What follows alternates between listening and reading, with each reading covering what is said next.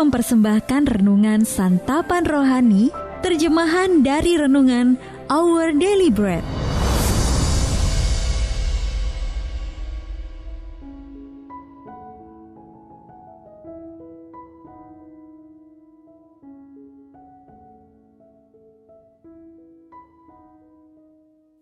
Sahabat ODB, pembacaan Alkitab hari ini terambil dari 1 Raja-Raja pasal yang ke-19, ayat yang ke-9 sampai dengan ayat yang ke-14.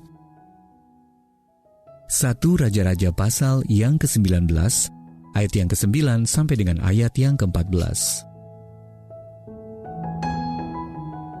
Allah menyatakan diri di Gunung Horeb. Di sana masuklah ia ke dalam sebuah gua dan bermalam di situ. Maka firman Tuhan datang kepadanya demikian. Apakah kerjamu di sini, hai Elia? Jawabnya, aku bekerja segiat-giatnya bagi Tuhan, Allah semesta alam. Karena orang Israel meninggalkan perjanjianmu, meruntuhkan mezbah-mezbahmu, dan membunuh nabi-nabimu dengan pedang.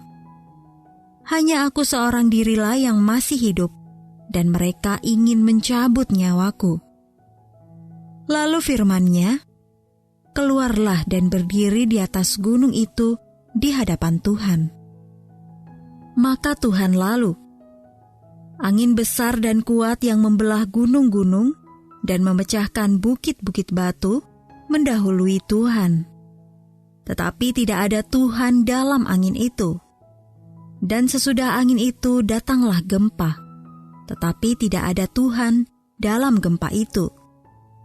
Dan sesudah gempa itu datanglah api, tetapi tidak ada Tuhan dalam api itu. Dan sesudah api itu, datanglah bunyi angin sepoi-sepoi basah. Segera sesudah Elia mendengarnya, ia menyelubungi mukanya dengan jubahnya, lalu pergi keluar dan berdiri di pintu gua itu. Maka datanglah suara kepadanya yang berbunyi, apakah kerjamu di sini, hai Elia? Jawabnya, aku bekerja segiat-giatnya bagi Tuhan Allah semesta alam, karena orang Israel meninggalkan perjanjianmu, meruntuhkan mezbah-mezbahmu, dan membunuh nabi-nabimu dengan pedang. Hanya aku seorang dirilah yang masih hidup, dan mereka ingin mencabut nyawaku.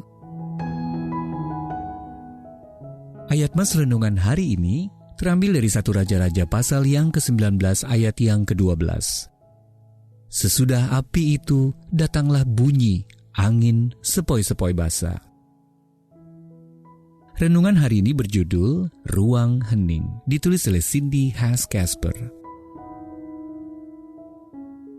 Sahabat ODB, jika Anda menyukai kedamaian dan ketenangan, Anda pasti akan menyukai sebuah ruangan di Minneapolis, Minnesota. Ruangan itu dapat menyerap bunyi sampai 99,99%.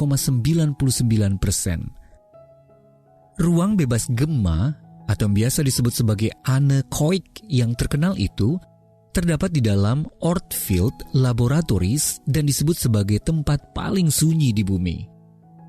Orang yang ingin merasakan ruang tanpa bunyi itu diharuskan duduk agar tidak mengalami disorientasi yang disebabkan oleh ketiadaan bunyi. Menurut catatan, tak seorang pun mampu menghabiskan waktu lebih dari 45 menit di dalam ruangan itu. Kebanyakan dari kita tidak membutuhkan suasana sehening itu. Namun di tengah dunia yang bising dan sibuk ini ada kalanya kita merindukan sedikit keheningan. Bahkan berita yang kita tonton dan media sosial yang kita konsumsi menciptakan semacam kebisingan yang bersaing untuk menarik perhatian kita. Banyak dari kebisingan itu dipenuhi dengan kata-kata dan gambar-gambar yang memancing emosi negatif.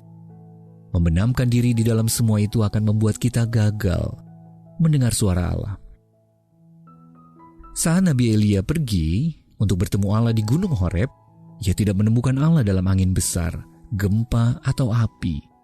Namun saat Elia mendengar bunyi angin sepoi-sepoi basah, barulah ia menyelubungi wajahnya dan keluar dari gua untuk bertemu dengan Tuhan, Allah semesta alam.